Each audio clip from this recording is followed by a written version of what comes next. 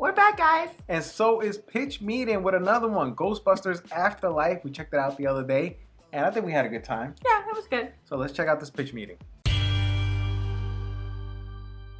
So, you have a movie for me? Yes, sir, I do. So you know how fans really didn't like the 2016 Ghostbusters reboot? We didn't make a Ghostbusters movie in 2016. No, we did. Nope, that never happened, I'm pretty sure. But yeah, no, we did, and Ghostbusters fans were not very happy. Okay, fine, yeah, we did. I don't know why you're bringing it up, though. Well, sir, actually, I think we can leverage the fact that they didn't like it. What do you mean? Well, see, if they were so unhappy with it, that probably means they'd still pay for a movie that does satisfy their needs. Oh, that's genius. And then they'll feel okay about buying the merch again. Exactly, Sir, so that we can make a version that honors the original. So what happens in this thing? Well, Egon Spengler straight up dies, right? Oh my god. But not like it's in a pretty cool badass way, like he's battling ghosts on his farm and stuff. Oh, okay. So his daughter Callie and his granddaughter Phoebe, they're left his farmhouse in this small town in Oklahoma. Oh, you know what? Shove that Finn Wolfhard kid into the family too. We gotta get him in this thing. We do? Yeah, anything 80s, early 90s nostalgia related, you gotta shove that kid in there. There's not really much for him to do. I'm sorry, it's just, we don't know that putting that kid into 80s nostalgia stuff makes it successful, but it's like,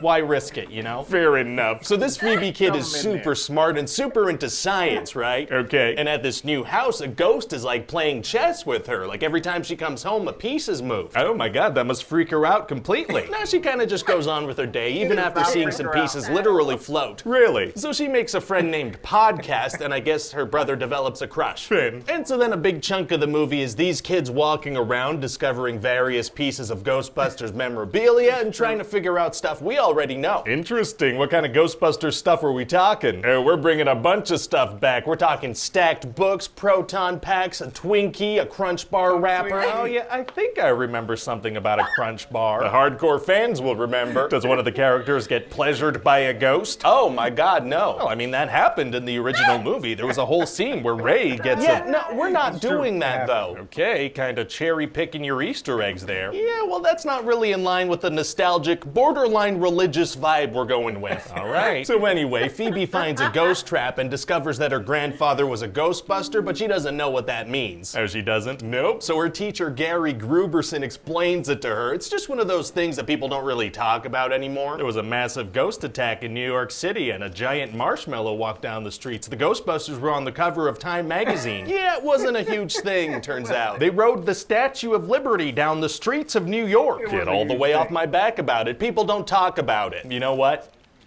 I will get off it. Thank you. So Phoebe teams up with her teacher to test out the ghost trap she found. Okay. And so they accidentally set this interdimensional being free, and it dashes towards this mine that's in town. Well, they must completely freak out. Maybe for a second, but they all go on with their lives. As if they hadn't just seen that? Yeah, and so by now Phoebe's figured out that the ghost she played chess with is her grandfather, and he starts showing her how to repair some old Ghostbusters merchandise. Wow, everybody seems pretty chill about interacting with ghosts. We'll see if they reacted like normal human beings and freaked the hell out. That would kind of derail the story here. Fair enough. And so we're also gonna have this scene where the kids drive the Ecto-1 through town trying to catch this ghost named Muncher. Oh, very fun. Yeah, and then they all get thrown in jail, which is a thing that happens to children. Wow. So while they're in jail, Phoebe gives a call to Ray Stantz. He's from the original movies. He sure is, sir. So he goes on this big exposition tear where he explains everything that's happened and how Egon left with all the equipment. Oh. And he's like, Egon Spengler can rot in hell. Oh my god. Yeah, because see, that's a big part of these reboots where you bring back the older characters. You gotta find out that they've been miserable for the past couple decades. Extremely depressing. Definitely. So eventually Gary's gonna... Oh, actually, I left some openings here in the script Mad Lib style. Oh, fun. So I need the name of a store that will give us a lot of money to be included in the movie. Walmart. Walmart would. Fantastic. And then the name of a product that will give us a lot of money to be included in the movie. Baskin Robbins ice cream. Okay, so Gary goes to Walmart to buy some Baskin Robbins ice cream. Oh, product placement Mad Libs is tight. It's very fun, sir. So while he's there, he sees these mini Stay Puft marshmallows come to life, because that's a thing from the original Ghostbusters. Right, but didn't the Stay Puft Marshmallow Man come to life because Gozer took the form of something Ray was thinking about? Yeah, but baby versions of iconic characters are very good merchandising opportunities. That's a good point. Please carry on. So they all do do a bunch of wacky stuff around this Walmart, right? They even cook each other on the barbecues they have there. Oh, God, I don't think you can turn on the display barbecues at Walmart. You can't? I mean, I don't think a single Walmart would still be standing if you could turn those on. That's a good point, but we're gonna have them do it anyway. Fair enough. So Gary tries to run away, but he gets attacked by a terror dog, so he gets possessed. Oh, no. And so does Phoebe's mom, Callie. Oh, no, again? Yeah, and so then we're gonna redo the third act of the original, pretty much beat for beat, but with different locations. Oh, we are? Yes, he turns out that guy that built the skyscraper in the original as a portal for Gozer, he built this mine as a portal for Gozer. That is a different location. And the kids realize that Egon set up a bunch of ghost traps at the farm, so they need to lure Gozer there. Oh, boy. But then the trap malfunctions, so they have to battle this super powerful being. Is that going to be hard to do? Actually, it's gonna be super easy. Barely an inconvenience. Oh, really? Yeah, see, then the original Ghostbusters show up out of nowhere with all their equipment and costumes, which I guess Egon didn't actually take. Oh, a cameo ex machina. Exactly, so they cross the streams like in the original movie, but it doesn't work at first. Uh-oh. But then the ghost of Egon Spengler shows up, and we'll kind of digitally recreate Harold Ramis since he passed away in real life. Oh. But very tastefully. Tastefully, yeah, of course. Extremely tastefully. Of course, like it's like a tribute. Of course, of course.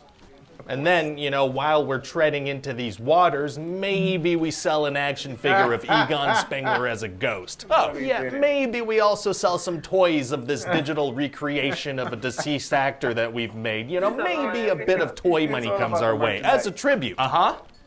Maybe. And, you know, maybe the tagline on the box says, "The family that busts together," you know, as a tribute. But like tastefully? Tastefully, of course. Okay, then yeah, let's definitely cash in. Yeah, okay. Amazing. And so that's about it. What do you think? Well, it sounds like a movie made for the fans, you know, and a nice farewell to the Ghostbusters franchise. Of course. But we could set up some sequels, though. Oh yeah, let's do that. Oh man. You know, like I watched this movie, I enjoyed it. There was things that I enjoyed, and there was things that I was like, they were trying too hard to make it like the original. Right. Like too hard. I understand, you know, pay some fan service, put in some, you know, stuff in there that the fans would recognize, but it was a little too heavy-handed in terms of that. You know, let it be its own thing and tell its own story. But and like he said in this one, that girl, the main girl, some crazy stuff would happen and she would barely react. Yeah. She was chill. It was like nothing. Like she was like playing nothing. chess with a ghost. Yep. Like nothing freaked this girl out. Yeah. Even Yeah. adults would be freaked out with Yeah. the stuff that she was doing. Yeah. I liked it. I wasn't a fan of it. You know, I don't think it was like all that, but it was definitely better than the other one. It was definitely better. From what I remember. Definitely better. Definitely. Definitely. But it was entertaining. It was entertaining. It wasn't terrible. No. It wasn't great. Mm-hmm. It was somewhere in the middle. Yes. Somewhere. Would you watch a sequel? I don't know. I'm Yeah, not yeah. that into it. I mean, the trailer for the sequel, it would have to blow me away. Yeah. For me to go watch it. Yeah. Even going into this one, I was like, I don't know how much I'm gonna like this movie. You know what it was? My expectations were super low for this one. Yes. My expectation was so low that Me when I too. got out of it, I was like, you know what? It was actually a little bit better than I thought it was gonna be. Yes. You're right. And that's the trick to go into the movies Yep. with the low expectations, so that Low way expectations. you feel like it was better than what it Yeah. was. Anyway, guys, let us know what you think. Did you watch Ghostbusters Afterlife? Did you enjoy it? Leave us comments. See you guys in the next one. Subscribe to the channel if you like these videos. Just a like. Peace out.